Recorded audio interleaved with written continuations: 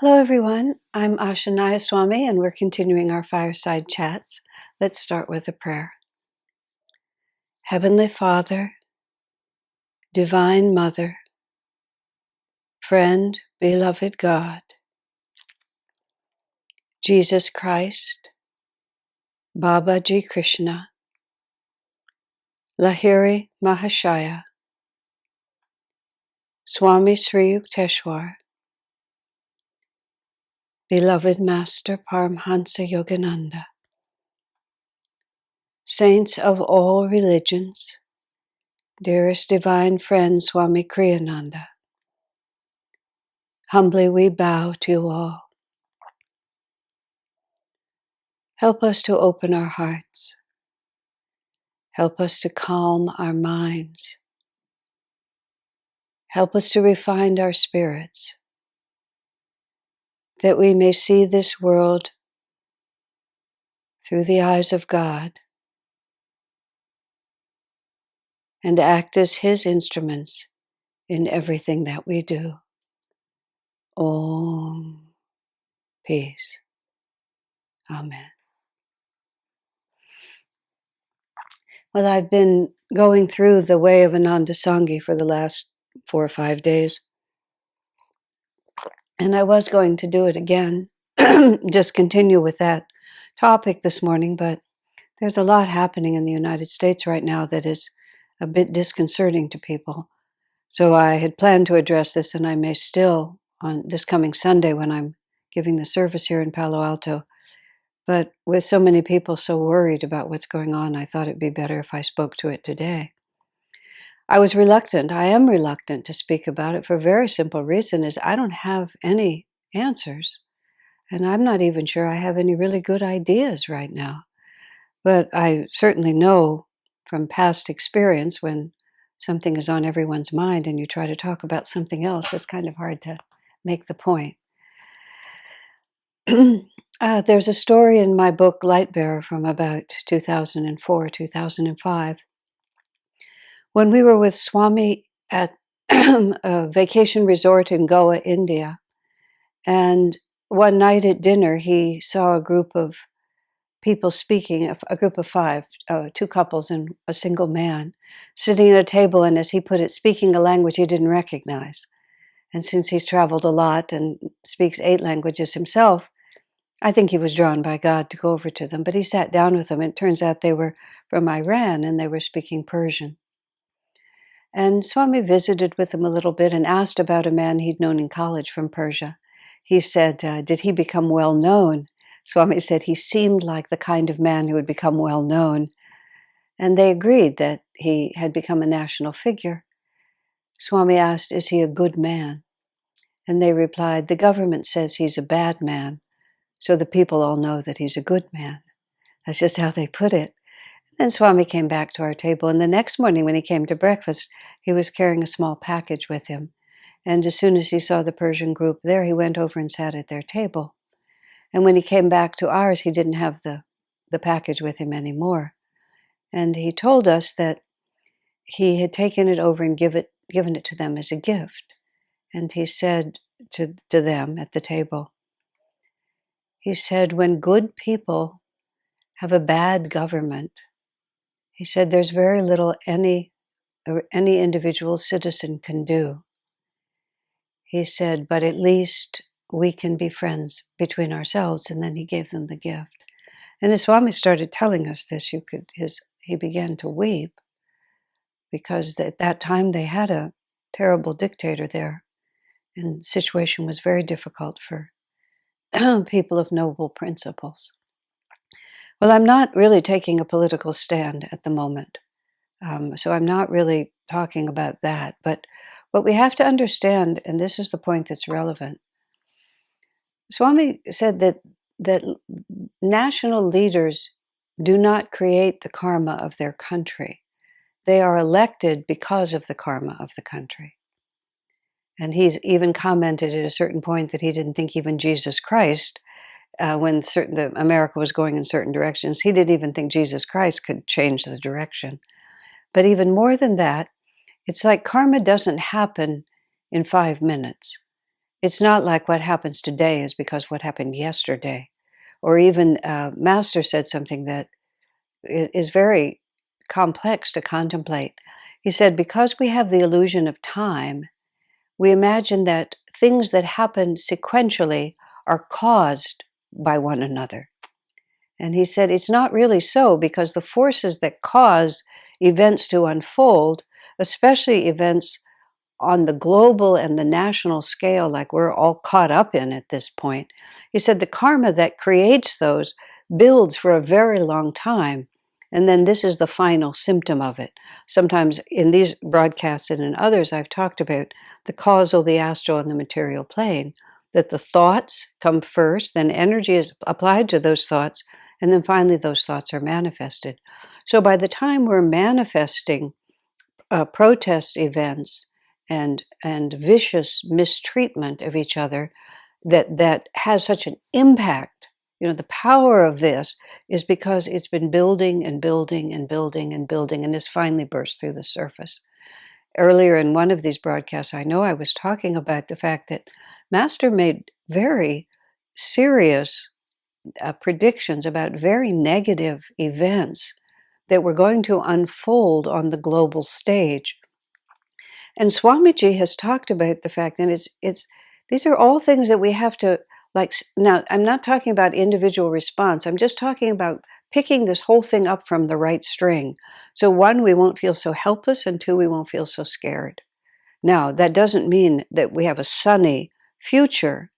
It just means that we have to understand how we are being caught up in karma that is so much bigger than our individual ideas about it, that if we're going to work effectively with it, we have to work realistically with it. What has happened in the last few days in Americas among those people who are not dark-skinned, I believe there has been a sudden realization of what it means to have a dark skin if you live in America. I remember a number of years ago, there was an African American named O.J. Simpson, which some of you may remember. He was accused of a brutal double murder, and it was in Los Angeles. And it seemed, but I mean, I don't trust anything that's written in the papers, because whenever I know anything about a situation, I almost always find that the newspaper has distorted it. But it appeared that the man was guilty, but in the end he was acquitted. And he was acquitted because there was some question about the chain of evidence and whether or not the police department might have been able to monkey with the evidence. But three of the African Americans who live at Ananda happened to be in my house on the night that the O.J. Simpson verdict came down. And the three of them and another friend and I, five of us, went to dinner. We were at a restaurant. We were sitting in the restaurant. The entire restaurant was talking about the verdict. They were the only African Americans in the restaurant. And it was very interesting to me because two of them were from Los Angeles. And they said, well, of course you can't trust the police. It was just like, I mean, and these are not radical politicians. This is Ram and Diana, very deep Ananda devotees for a really long time, and Naidruva, who's a Harvard-trained lawyer. These are not radicals, and they're not agitators. They're very deep, serious souls, and all three of them, and Ram and Diana had both lived in L.A., just shrugged their shoulders. Of course, of course the police department would twist it against Black people. That's just what they do. And it wasn't angry even. It was just, this is just a fact. And they talked about their growing up. Ram is a big, strong Black man. He played football and is a powerful athlete. And I mean, it was just a matter of course. If you were on the street and you saw a police car, you tried without looking furtive, they told me, to get off the street. Just as simple as that. I had conversations with Naidruva's son, who also was 6'5", dark-skinned man, and he went to college at UCLA. And just as a matter of course, just like if you, like a person who looks like me, if I saw a rabid dog or something coming down the street or somebody waving a machete, I would move aside. It was just a matter of common sense that you just never put yourself in a position where you might be in relation to the police. Just like that. And it was just like, wow, This is just like not the world I grew up in. And again, their complete common sense belief that, of course, the evidence would have been tampered with, or certainly could have been tampered with. Why not? That's what they do all the time. Whew.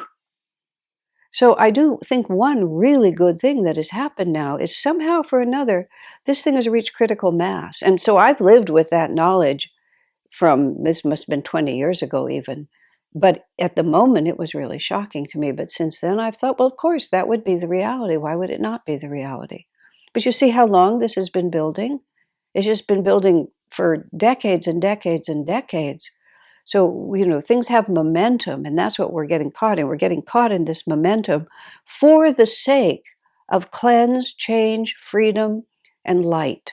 We're not really, we're not about to be destroyed, but we are about to be changed. At least this is what all the masters say. All the masters and all the prophets and all the psychics, it's just been out there for a very long time that the way things have been going, there's too much wobble in the system.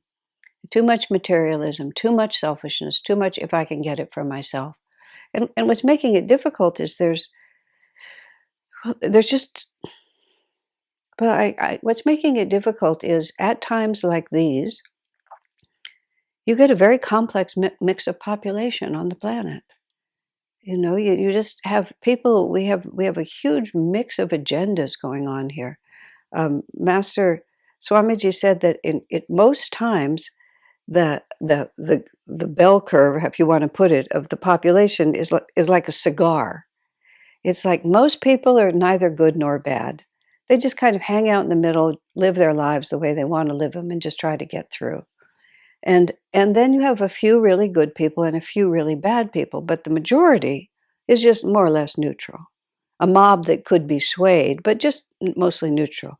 What's happening now is that we're getting a population that looks like a dumbbell. Means it's very thin in the middle and it's very fat at both ends. So there is a very strong force of darkness incarnated on the planet at the moment. I talked about this when I was talking about Atlanteans, Romans, Indians. You all can look at the playlist and you can find them. But there's a very strong coterie of people who were born to destroy. And they're here getting ready to destroy, either with their anger or their violence, or I'm not quite sure what. I'm not a psychic. I can't see it. I'm not a saint. I can't predict it. But there's also a very big group of good people. And sort of that's what we're working with. It's polarizing is what's happening. And so that makes it much more extreme than when we could just sort of ride through the middle and nobody really had to take a position. Now, is that better? See, this is where you have to stand back for a moment. Is it better to be able to just ride through and never have to take a position? Or is it better to be challenged and actually ask yourself, who am I? What do I believe? Where do I stand? What do I feel to do? I have not yet felt, to go out in the street and protest. I don't necessarily feel that's a wrong thing to do at all. I mean, that's how our country has always operated, which is through the political process and through people being willing to stand up for their beliefs. I feel I am very strongly standing up for my beliefs, and I have every day of my life for many, many decades, because the world is not just run by the people on the street with their weapons in their hands or their riot police uniforms or their peaceful protest on this side. That's the final manifestation of a tremendous power of thought. And in Autobiography of a Yogi, unfortunately, I was looking for the exact passage. I didn't find it this morning, but Master says that Jesus and Babaji are deeply concerned about specifically religious bigotry, race hatred, and a tendency, toward violent solutions. Oh, and excessive materialism, selfishness, religious bigotry, race hatred, the very things that we're dealing with. They're very concerned about it and have devised a plan for the upliftment and the salvation of this civilization, which is that people must change their consciousness. People must turn again and recognize ourselves as part of a greater reality. That's what's trying to happen here. So as many people who have light skin are just suddenly kind of getting what it means to have dark skin, that's attaching ourselves to a greater reality. Suddenly, instead of seeing someone as different or not being able to walk in their shoes, there's been this sudden awakening. And you see, that's the beginning. Now, could that awakening have come in a less violent manner? You have to ask yourself the question. If anything less dramatic had happened, do you think the country would be as thoughtful and as concerned as it has become? But we're in a dumbbell, so that when one side becomes more enlightened, the other side becomes more intense. Because the whole reality of the moment, according to Yogananda, and he announced this 70 years ago, 1950, he said, and the words are scary. You don't know what a terrible cataclysm is coming. And he just said everything will be shifted. And I mentioned this also in other contexts, that Master said America has very, very, very good karma. We are the Dwapara Yuga country. The founding of this country is unique. It was founded for religious freedom. Now, you have to understand, and it's necessary to be very conscious and careful as we think about these things, because it has become popular to denigrate any good thing by emphasizing what's also wrong with it. And it has become popular to denigrate America as a country because we have made lots of mistakes. There's no question about it. But the way Swami put it, and think about this thought, he said, the mere fact that darkness is present everywhere, which is to say, a country can also make serious mistakes. That darkness is present everywhere doesn't mean that darkness is present in the same proportion everywhere. And so what we have to keep is we have to keep a sense of proportion. So even though there may be a black mark down the middle of something that is otherwise good, that doesn't mean that all that good isn't still present. And so if you look at a brutal dictatorship or a country where they regularly imprison and murder and torture their own citizens to keep the power, that's the proportion of darkness is much bigger than it is for a country which has essentially free and essentially good values, but sometimes bad things happen. And so America itself, and I'm not trying to be chauvinistic, it's just the objective facts, where anybody could arrive here penniless and become either rich or famous or successful or brilliant, any number of things. It's just a wide open platform where hard work and who you are can alter your own fate. We're not just born into a class or a caste. Plus the vitality of the energy of this country to just create so much wealth. But we've made mistakes, and we have veered off. Too much materialism, too much greed, too much disregard for nature. I've talked about these things in other talks. I won't go into great detail. And bad karma, primarily for what we did to the American Indians. This is how Master put it. And self-evidently, we haven't been ideal in our relationship to the multicultural and multi-races that inhabit this country. Small-minded people, cruel people, egoically motivated people also have power from time to time in this country. But there's also great goodness in the American temperament.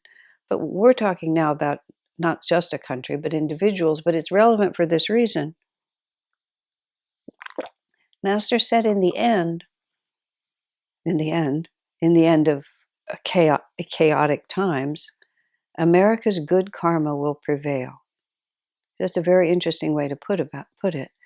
Swami says in the Path, in the chapter one of the chapters at the very end, he said, this world is not run by prime ministers and presidents. He said it's actually run by the masters. That there is great goodness at the heart of the whole of the planet, because there's the power of these masters who are working for the salvation of all of us. But they have to work with the karma of the individuals, and they have to work with the karma of the country. And right now, we have many individuals on this planet who are acting out a lifetime in which they get to explore the power to destroy. And then there are a lot of good people here who have to find it within ourselves not to become frightened and not to give in to this darkness. Do we go out onto the streets and protest? Well, that's an individual decision. Do we write? Do we think? Do we talk to each other? Do we meditate? Do we pray? And I don't mean that we pray, oh Lord, stop what's happening. Oh Lord, make it different. That is a natural prayer, because no one wants to see anyone suffer. But we have to also remember the model of prayer that Jesus gave us the night before he was crucified, which has always been an extremely helpful model to me. Jesus is there. He's come to bring this glorious, uplifting teaching to this sincere world of people who love God. But there's a dark force that's also fighting against the light that he's bringing. And in the moment, Jesus knows that dark force, for a time, is going to have power over him. And when he's actually arrested and is about to be crucified, and Pontius Pilate is trying to figure out an excuse to let him go, because Pilate's wife has had a dream in which she sees who Jesus is and tells her husband, do not be responsible for putting that man to death. This will be a terrible thing for you. So that, among other reasons, Pontius Pilate is trying so hard to find a reason why Jesus won't have to be crucified, why he won't have to be responsible for crucifying him. And Jesus won't help him at all. He won't answer. He won't cooperate for his own freedom. And Pontius Pilate says, don't you know I have power of life or death over you? Jesus looks at Pontius Pilate and he said, you would have no power over me if my Father in heaven did not give it to you. And even now, Jesus said, I could call down legions of angels to rescue me, but it is God's will that I not. So you see, it's not always an obvious thing what the drama is. Jesus knew that this was a necessary thing. So Pilate reluctantly had to condemn him to death. So Jesus was crucified and died, of course, which set the stage for his resurrection.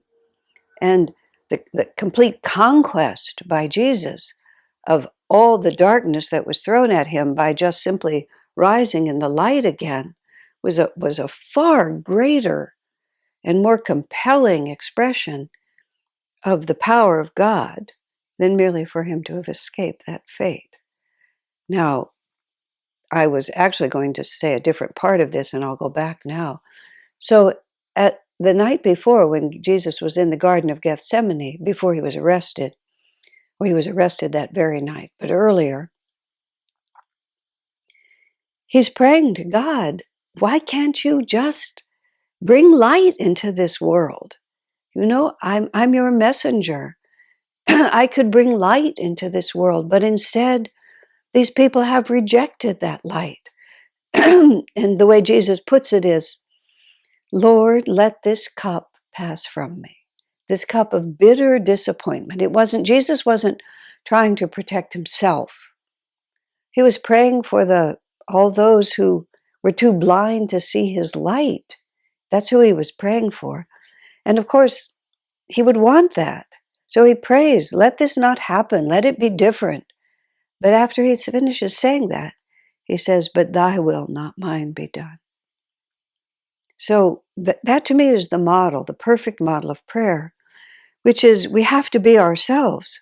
If we're afraid, if we want preferences, if we wish other people to be spared suffering, of course we should say that. Of course we should tell God what's in our heart. But in the end, we also have to say, I know that I'm part of a bigger drama here, that something else is happening, and sometimes only by these cascading series of dark events does it motivate us to open our hearts and our minds to a brighter, greater reality that we can then come with light up the other side of it. I mean, as it is in the little, so it is in the big. I know many of us have been through difficult things in our lives. But I have to admit, I would never learn much of what I have learned if I hadn't been pushed into realities that I would never have chosen. So it becomes, and it is, a tremendous challenge to our faith in God. Do we believe what Yogananda wrote in Autobiography of a Yogi, that Jesus and Babaji together have planned the salvation of this age, and that what is happening now is actually the process of uprooting these darknesses which have polluted our country and polluted the world? I mean, the world is fighting over race and religion everywhere. And, motivated by greed, the world is fighting over race and religion. And it has to end. It has to end because we happen to have incarnated in a rising age. If we were in a dark age, like Kali Yuga descending, then all of this would just continue to have dominance for a very long time. But we are in a rising age, and this is the transition. This is breaking us out of those old rigid forms and moving us into an age of energy. And the transition is not easy. And I think it's going to be very scary.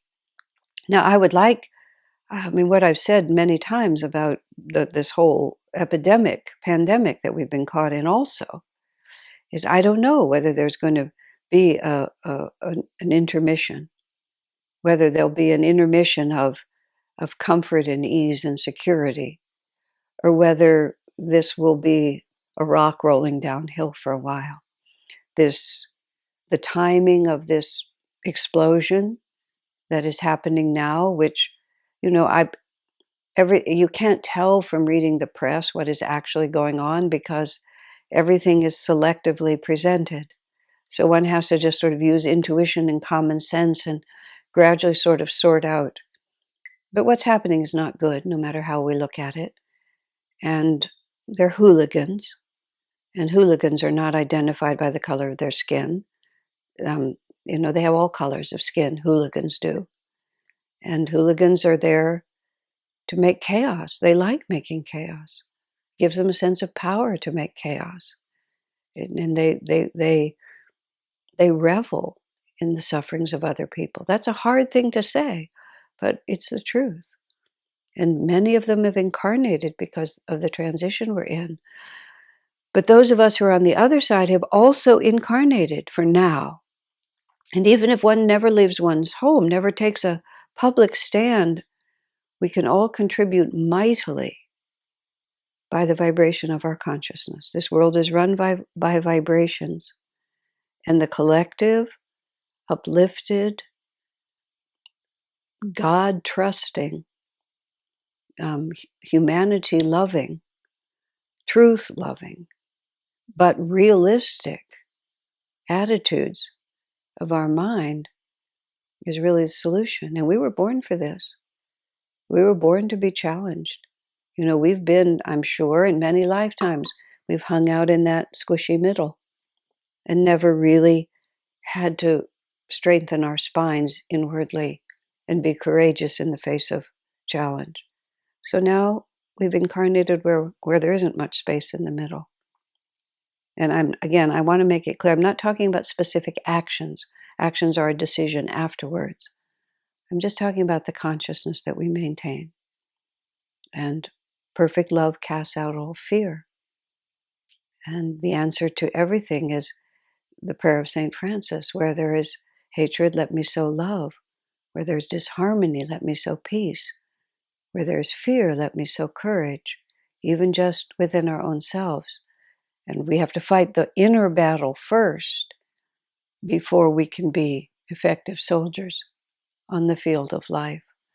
So here we are, and we were born for this moment.